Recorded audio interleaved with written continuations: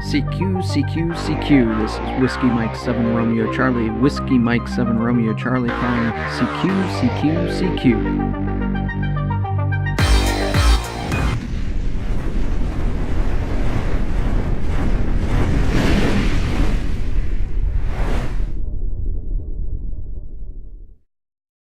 CQ, CQ, CQ. This is Whiskey Mike 7 Romeo Charlie. Whiskey Mike 7 Romeo Charlie calling CQ, CQ, CQ. Hello, everyone. This is Orion, Kilo Echo 7 Victor Lima Charlie for the Mesa Amateur Radio Club. And today's Ham 101 class is going to be on how to get your license. Now, some of you are probably watching this going, well, I already have my license. Well, that's great. Congratulations to you. If you are a technician, I encourage you to step it up a little bit, up your game, become a general. Study to become a general. Or if you're a general, study to become an extra. It doesn't take too long. Some of the questions are a little bit more technical and stuff of that nature, but hey, it's well worth it. You get a little bit of extra band privileges and things of that nature, so don't ever stop educating yourself. Matter of fact, that's the stance of the Mesa Amateur Radio Club, is never stop learning. There's always something out there to learn and educate yourself on. And quite honestly, that's the whole entire purpose of amateur radio, from the very get-go, from the historical purposes all the way to today. Part 97 rules, that's very important for all of you potential new hams. Part 97 is the rules for amateur radio. Part 97 specifically states that we're supposed to be educating ourselves and keep on going. We're not supposed to stop our education process just because we've got our license. It's a continual educational license program, and there's not many out there that are like this, so take advantage of it. We get privileges to actually explore the radio and electronics in a much deeper fashion than a lot of the other hobbies do out there. So, with that, so you've taken the first step. You're interested in the hobby itself, and kudos for you.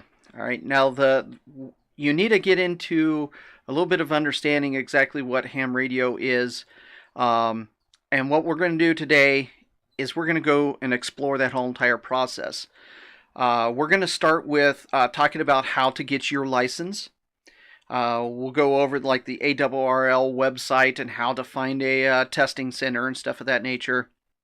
Then, where to find study info. This is a key part of ham radio, of the license process.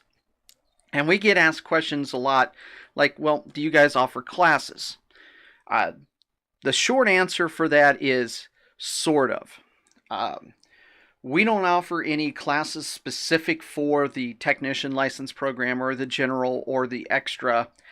We view our meetings and our virtual meetings as a training platform. Our campouts are basically, we try to go through one or two educational parts anytime we do our campouts. The last campout that we did was Winter Field Day. And there we built an off-center fed dipole, well, an off-center fed antenna, I should say. We took a little bit of time to figure out exactly what, how to properly do the math and where to place the baleen and stuff of that nature. Our next campout is going to probably be in April, early part of April. We don't really have any educational platform set up for that one just yet. Mostly because we don't know who's all going to show up. Right now it seems like most people are going to be really busy in April, so it might just be a couple of us getting on the radio and making some contacts on HF, which is always fun. If you're new to the hobby or you have an interest in the hobby, definitely come on out. Show up. If you want to explore the hobby a lot more, HF is where it's at. And we'll get you on the air. We'll sit you down and we'll coach you on how to make proper contacts and stuff of that nature. So that's always a good educational part right there. Field day. The regular field day is always, I believe it's the third or the fourth weekend of June. And it's a big U.S. event. Canada also gets involved in it. There's a lot of other countries that get on the air to basically pick up a few states here or there. But the radio waves are filled with hams trying to contact each other for field day. And I encourage you to at least visit somebody's field day setup during that time. It's a fun event. A lot of good education. Matter of fact, our educational program for field day this year is going to be how to make the coax connectors, how to properly terminate coax. And I don't really have a piece of coax around here that I could show you. But anyway, and then we're also going to learn how to make a balun for off-center fed dipoles and things of that nature. So you're definitely more than willing to come out. We're more than happy to have you guys out there. That's what I'm trying to say. Anyways, so let's get to the meat and potatoes of this whole entire thing. Let's go through how to get your license first off. All right, this is the fun part of ham radio. Let's see here. Okay, so first off, the Mesa Amateur Radio Club website, wm7rc.org. We basically have this all set up here. It's basically kind of like a little bit of a blog. We put a little bit of a YouTube video over here.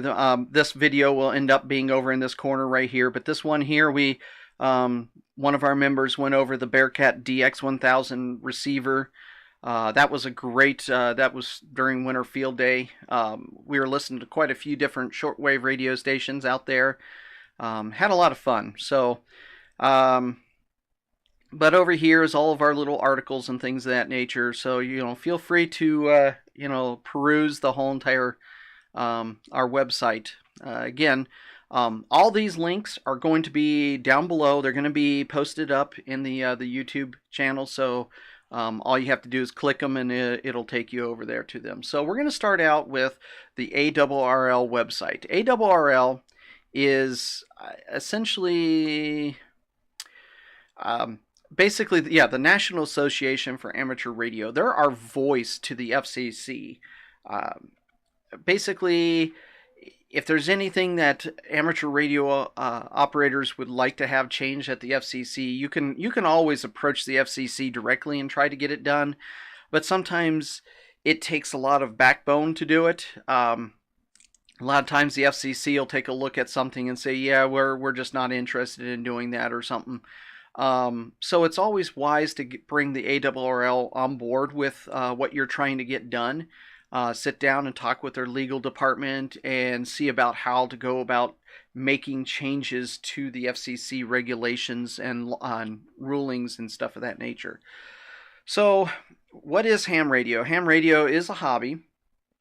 It's also a service that brings people, electronics, and communications together. So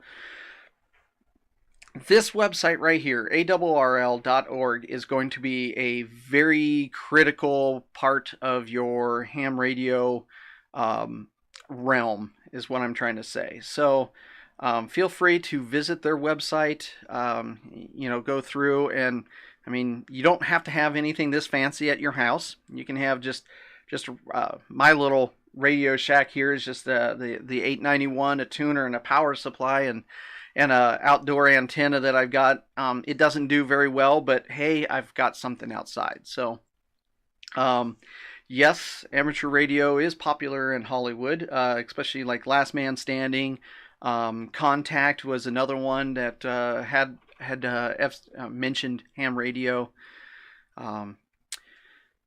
You can explore the history and don't forget there is a glossary in here, because there is a ton of lingo. You're gonna be like going, what in the world is this? What is a coaxial cable? What is a conductor? This has a very good ham radio glossary for those who are new to the hobby, new to electronics. You might want to come here and save this.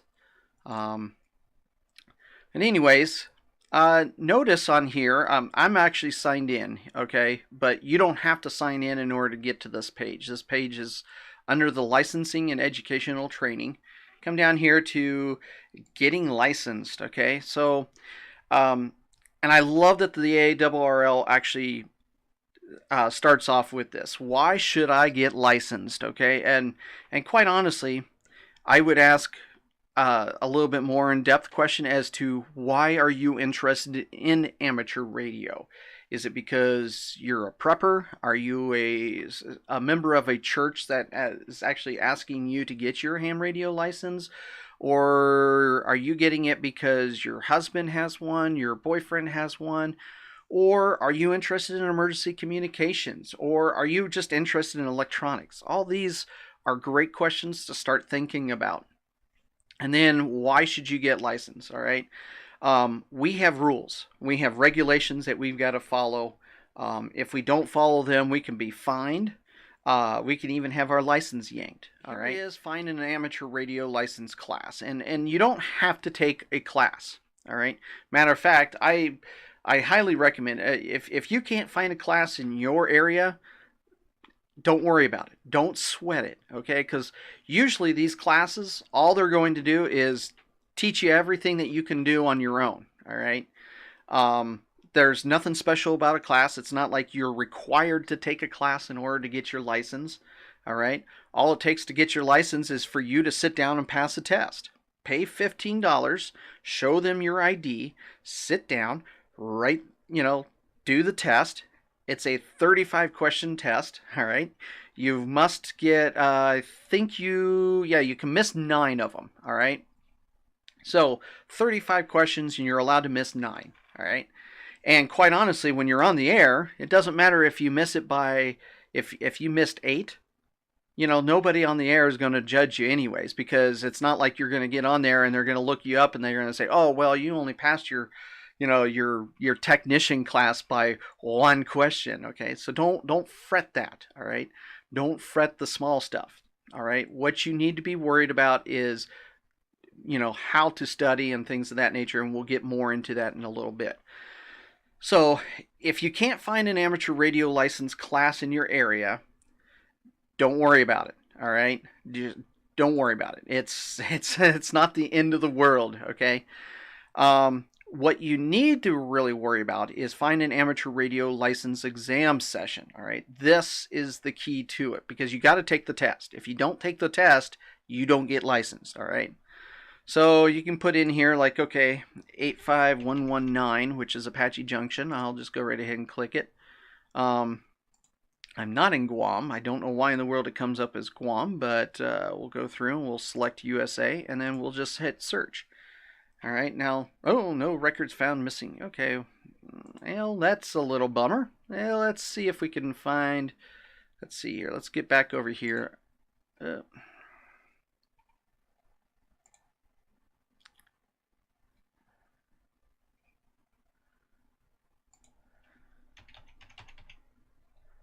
Let's just do the search for, okay, so here we go.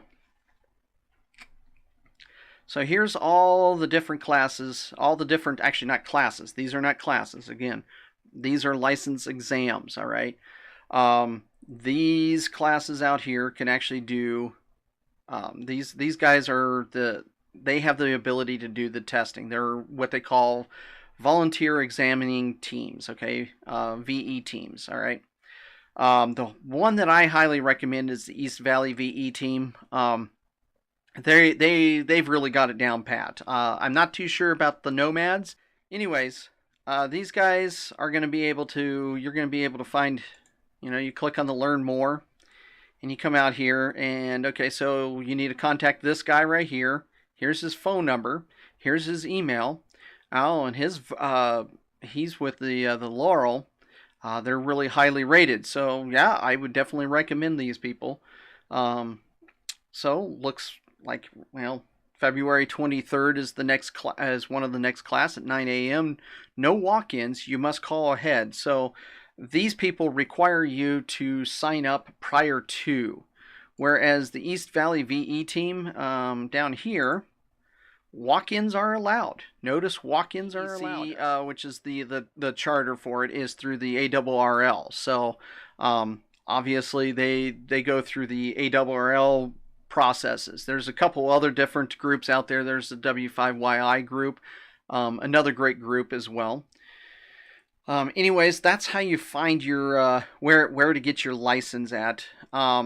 Here's the description of the class, and I'll go right ahead and read this, but you guys can peruse this as well. The FCC Technician License Exam covers the basic regulations, operating practices, and electronics theory with a focus on VHF and UHF applications.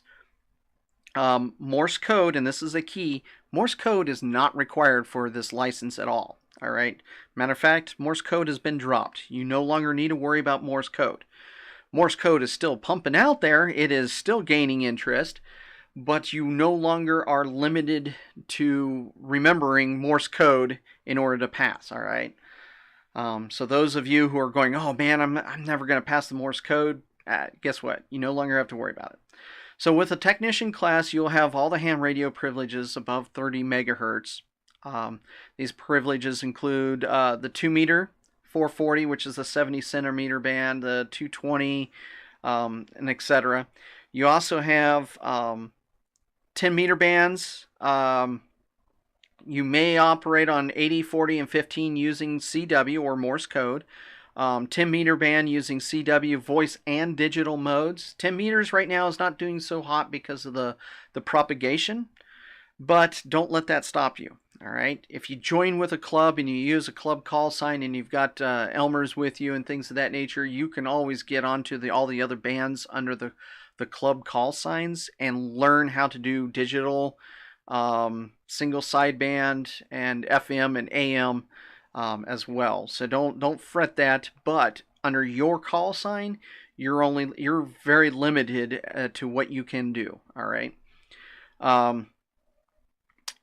So once you get licensed, we'll go through the rest of this.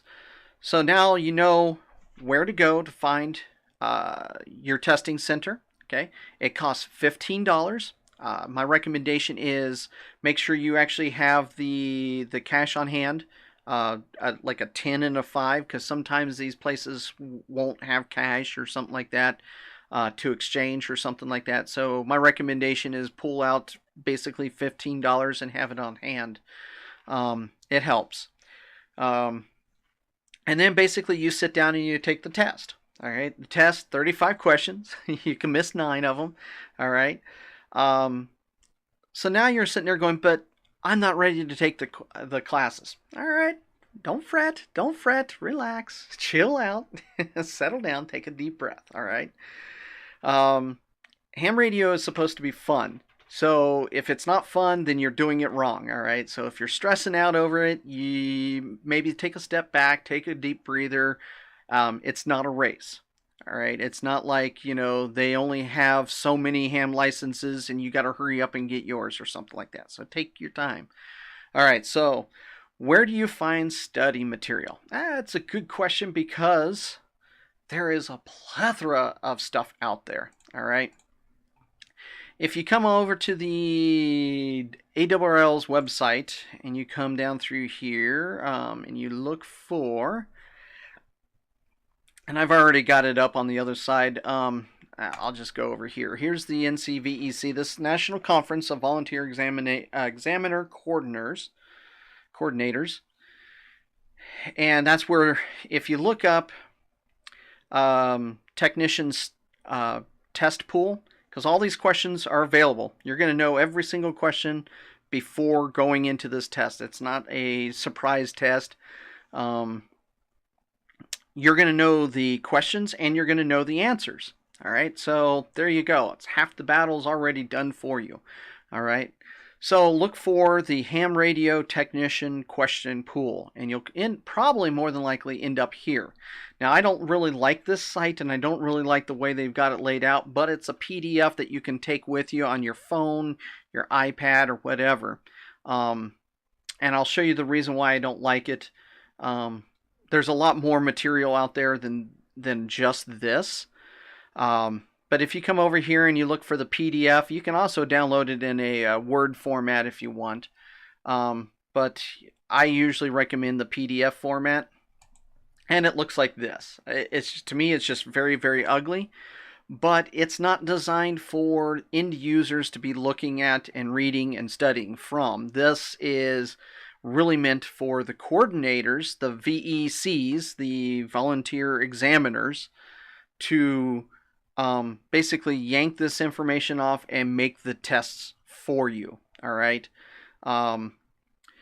Now, when studying for the test here, okay, notice on this one here, this is for the technician, and I can't remember exactly the whole entire thing of this, but it's all the different sections and segments of the book, and I'm not going to go into all that because a lot of that is just way over a new person's head and stuff of that nature. But what you need to be more focused on is going to be this right here, as well as this, and then all these questions down, or all these answers down below. Now, do not try to memorize, okay, well, for this specific question, the answer is always going to be C, because the volunteer examiners are allowed to mix up the answers.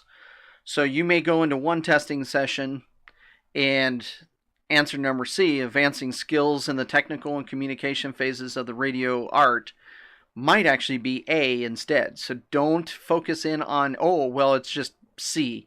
Okay, whenever I get this question, it's going to be C. Whenever I get this question, it's going to be C. Or this question over here, it's always going to be D. It's not always going to be that. So my recommendation, the way I studied for this was, and I'll explain a little bit more when I come to the book section. But what I did is I highlighted this.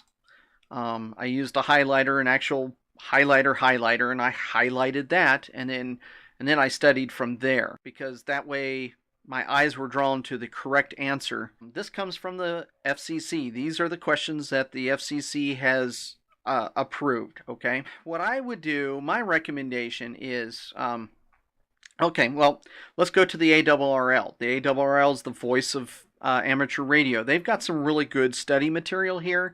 The problem with the study material is sometimes it gets way down into the minutia, the deep core of the answer itself, and causes a lot of people to panic, going, oh my gosh, I'm never going to understand this. The test is there not to really see if you understand the whole entire concept. You know, they don't want you to write out the whole entire mathematical proof on how to do propagation or anything like that. They just want you to have an understanding of the basics of the answer, all right? So don't worry about that. So the ARRL has some really good material, but I don't really recommend them. What I recommend is the W5YI books. And you can find them on Amazon. You can order them from here. This guy here, his name is Gordon West. And what I'll do is, let's go to full camera for a second here. Gordon West, I actually met him, WB6NOA. He's a great guy. Really nice guy. If you ever get to meet him, he is definitely a showboat. And what I mean by a showboat, I mean he has a lot of energy in him. I think there's a video podcast out there, and he's in it. He just has so much energy and so much passion for the hobby. It's hard to walk away from him without getting that passion yourself. So I really like him. He does a very good job with his books, because the answers, he goes a very little snippet as to why it's the correct answer. And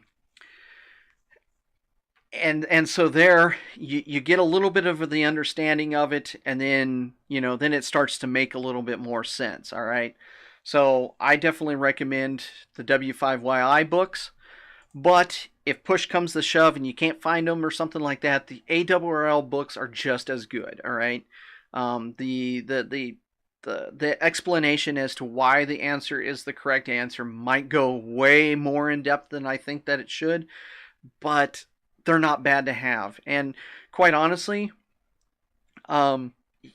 for these books to be put up on your shelf or something like that, just a great piece of material for your shack as well. And if anybody, has any questions or something like that, you can always look it up. I don't have my books anymore, but I've got all the resources that I need, so I can always find the answers. Um, which leads me to the next segment. Okay, there is a ton of online stuff out there. I mean, a ton of stuff. Um, and the stuff that I've found typically is correct and really good information. Um, there is just a ton of it, and you got to wade through which one is best for you. Now, this is the key to you. Everybody studies different. Everybody takes the test differently. So what works for me may not necessarily work for you, and it might not work for the person next to you, and it might not work for, your children or anything like that. All right. So my recommendation is do what is best for you. All right. If you are one that needs a class, you feel that, oh, I would really benefit from actually having a technician study class, go for it. Find one. But don't fret it. All right. There's a ton of stuff out there. All right. The next one that I'm going to show you, which is hamstudy.org, is one that a lot of people actually recommend. It's actually a really good. You come on here and you click on like the technician or something like this. Okay. Now, when you first come in, it'll ask you to register. I've already registered, so I can go through here and study any of them. But obviously, you can study the general and the amateur extra. Don't limit yourself, all right? Don't limit yourself to just the technician, thinking that, okay, well, I better get a technician first and then grow from there. My recommendation is go as far as you feel comfortable doing. So we'll go over here and here's basically an example here, okay? How is a computer sound card used when conducting digital communications? Now, all of these choices are correct. The sound card communicates between the computer CPU and the video display. The sound card records the audio frequency for video display, or the sound card provides audio to the radio's microphone input and converts received audio to digital form. Obviously, and here they allow you to click on the I don't know, which my recommendation for a good study method is not to click on the I don't know. All right. Make an educated guess. Okay. See, there's your correct answer. The sound card provides audio to the radio's microphone input and converts received audio to a digital form. All right, which of the following is a form of amplitude modulation? Okay, now we're going to go and do an incorrect one here. All right, we're going to do spread spectrum. Okay, I know that that's incorrect. Okay, now it does allow you to go, oh, I want to see the correct answer. So when you're first studying for this, I recommend you do this. Okay, it's single sideband. All right, it's not phase shift keying because that's a digital mode. It's packet radio is also a digital mode. So those two you can pretty much guess, say, oh, you know what? Both of those are digital. Out of there. Spread spectrum is a type of transmission. That's out of there as well. So single sideband. All right. So you go through here and you notice over here, okay, so out of 24 questions, I've only seen 4% of it. Looks like I got a 2% aptitude. Ooh, okay, I must have missed some. All right. Out of 47 questions, and it kind of breaks it down, okay? And it breaks it down into these segments, okay? So it shows you where you need to study the most, okay? Which I like. I'm not going to go through this whole entire thing, but it's always, you can always go through and you can read the questions, and then you can go through a practice test, okay? Now, my recommendation is, when you first start studying, take a practice test and see what you know and see what you don't know, all right? What is the characteristics appearance of a cold solder joint, okay? Bright or shiny surface, a grainy or dull surface, dark black spots, a greenish tint. Okay, so I know a little bit about soldering. I'm not a big soldering person, but it's going to be a grainy or dull surface. All right. What describes the number of times per second that an alternating current? That's going to be, it could be frequency or it could be wavelength. It's not speed and it's not the pulse rate. We're going to say frequency. All right. So at the end, okay, so I've got 33 more questions. What we're going to do is we're going to come down here and we're going to grade the exam here, okay? Oh, and it's not going to allow me to until I just...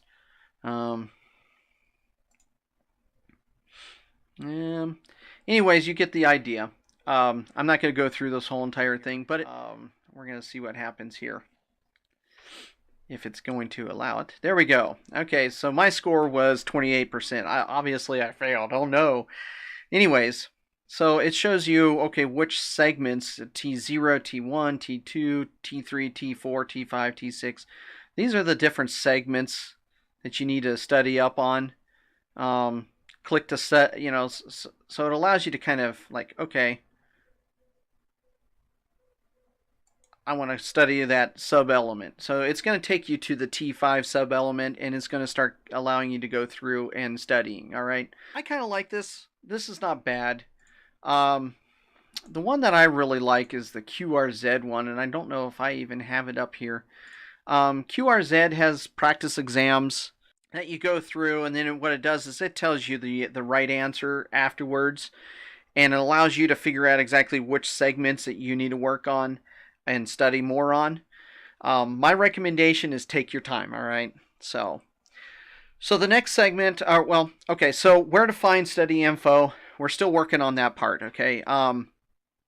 Clubs are another good example of a place to actually get information from. Just find a club near you that does a lot of activity. And what I mean by a lot of activity is you look at their event calendar and there's quite a few events going on or quite a few different things going on. The hard part is clubs run off of volunteers, all right? And a lot of times life gets in the way with those volunteers. Our club is a small club consisting of about 10, 15 people, sometimes upwards of 20 to 30 people, and it depends on what we're actually doing and where we're actually doing it at. Field day is a very popular one where we'll get a lot of visitors that come in and stop in and talk with us and get on the air with us and stuff of that nature. So it's kind of hard to judge exactly where we are other than by our event calendar. But the problem with clubs are a lot of them don't have a lot of time or the ability to have a lot of different activities. Like, for example, our club, we have no building. We have no clubhouse or anything of that nature. So we either have to rent a space or we have to find a park that allows a small group to congregate, which gets difficult, especially when you get, you know, like 10 or 15 people showing up. Then all of a sudden the city wants some funds or something of that nature. And it just gets all into the little picky side, which is the one reason why we don't do classes, is because we would have to find a place that allows us to do class activities, both indoors and outdoors, because I'm a big fan of demonstrations to get the point across on some of these concepts. You know, city buildings are not going to be open on the weekends. Doing it at the local library, sometimes you're restricted to how many times you can meet in a month and how many hours you can actually rent a space or something like that. Hotels want you to pay a fee for their thing. If you go into a restaurant, they want you to buy food from them and stuff of that nature. So it gets difficult. All right. So that's one reason why we don't actually do classes anymore. And I think that's the reason why a lot of clubs don't do classes. It's hard to find that space and the time as well as the staff's time to do it. So in the meantime, while you are studying, okay, you got a wealth of information out there, so study up. All right. So in the meantime, visit or join a club. And I don't recommend you joining the first club you go to. Don't just walk in and go, here's $25 for the membership dues. All right.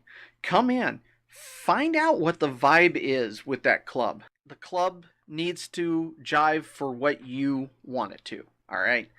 So if you go in and you do a meeting with one club and you're like, you know what, I don't really like this club, and I just didn't get a good vibe from them. Nobody came to greet me. Nobody helped me with something. I had a question and nobody answered it. Don't fret it.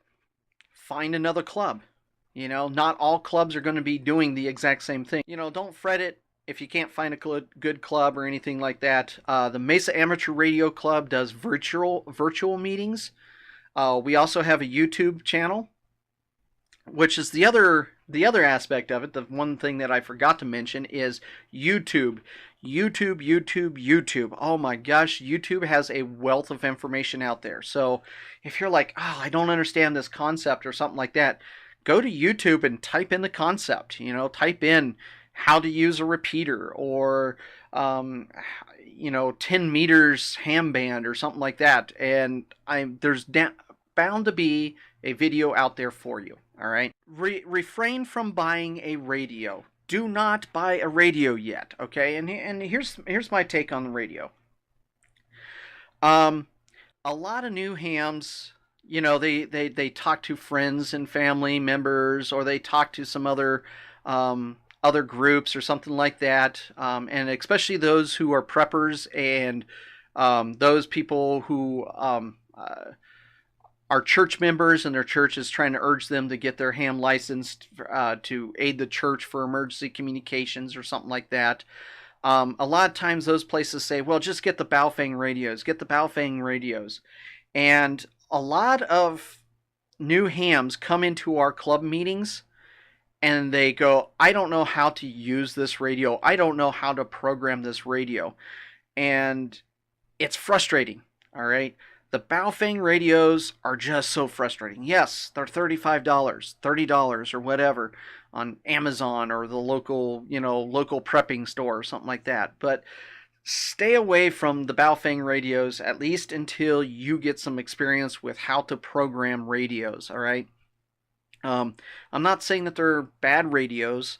They're okay radios. All right. You wouldn't go into a hobby like astronomy and go and buy the cheapest telescope out there and then look up at the sky. You're going to be so frustrated. You're going to be like, oh man, I can't see anything. I can't even see Jupiter's moons. Okay. You're going to get so frustrated to the point where you're going to be like, you know what? I don't like this hobby. I'm going to step away from it. And matter of fact, I see this a lot. And especially with emergency communications groups like CERT and some of the churches, a lot of, they recommend, oh yeah, get the cheaper radio, get the Baofeng radios or something like that. And then those people never ever learn anything about the hobby. And they get frustrated with it, and then they take their radio and they toss it in a junk drawer or in the closet or something like that, and they totally forget about it. And then the problem is, when an actual emergency happens, then they pull it out and they turn it on, and they magically, they think it's just a magic device that just automatically is going to help them with their emergency situation, and they don't have any clue as to how to use it. Ham radio is up to the operator. Okay, the operator is the one that needs to have the skills, the knowledge, the know-how to use the equipment in order to help them out. Okay. And I stress this very much with a lot of the new hams that come into our club, which is probably the reason why we don't have so many club members, probably because a lot of the new hams get all frustrated and discouraged by my advice. But here's the thing. I'm going to switch over here. This is the FT60R, the Yaesu FT60 radio. This was my first radio, purchased back in 2008. Okay, I turn it on. Thing works. All right. I mean, let's see here. Let me go to a memory channel. Let's go to, oops, wrong one. Let's go to one frequency that I know that I'll be able to hit.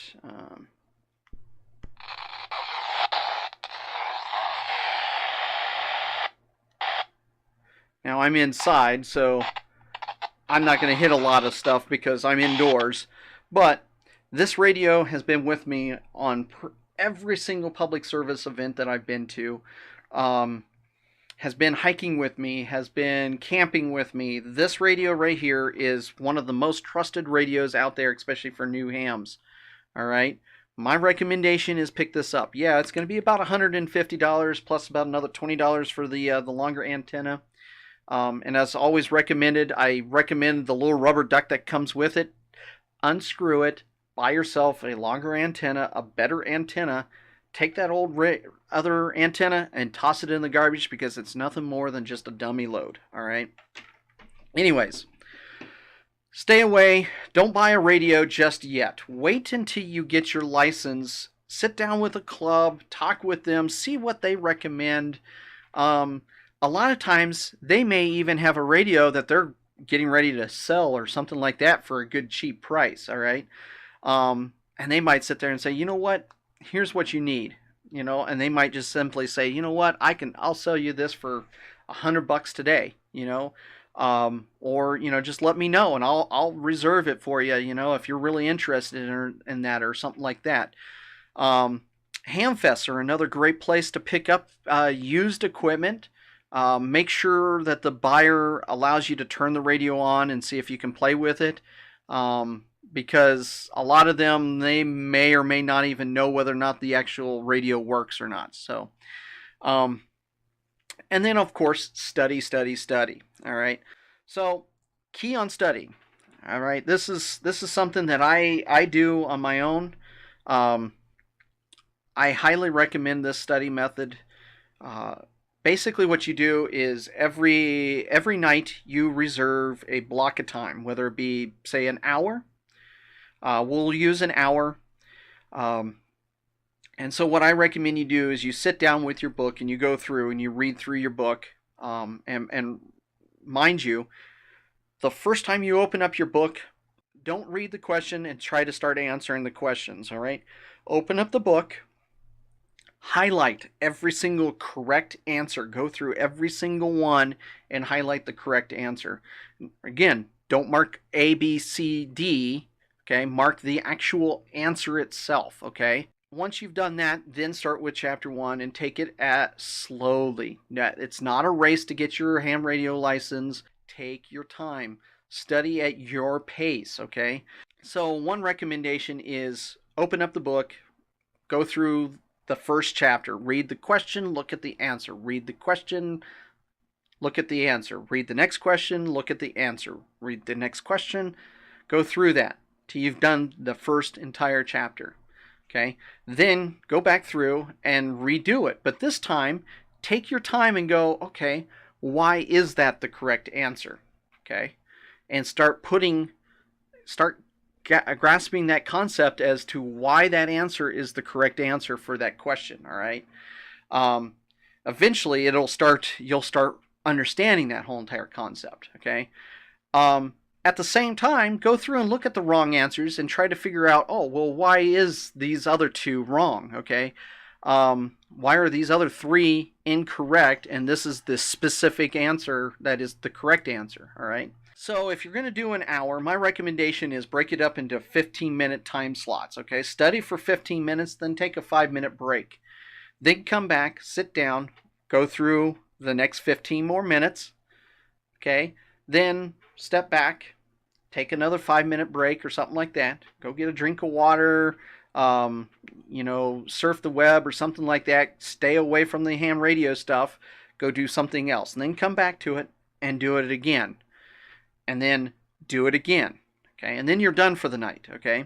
Now, throughout the daytime, some of you are probably, somebody that's working or something like that. You probably work. Anytime you're on your break, your lunch break, or if you get to the job site, say 30 minutes early or something, go right ahead and crack open the book and do a little bit more studying and stuff of that nature. Once you've gone through the entire book that way, then start taking some of the online quizzes. And matter of fact, you don't even have to wait until you go through the whole entire book. You can start doing it after about like 3 or 4 chapters in. Then start taking some of the online quizzes. Once you start getting passing all the online quizzes, at like 90% or better, then you're ready for your test. Find a VE exam center, pay the $15, sit down, take the test. Don't fret it, relax. Matter of fact, I would recommend you show up to the exam site 30 minutes before and go through and kind of refresh some of the questions that you know that you normally get wrong.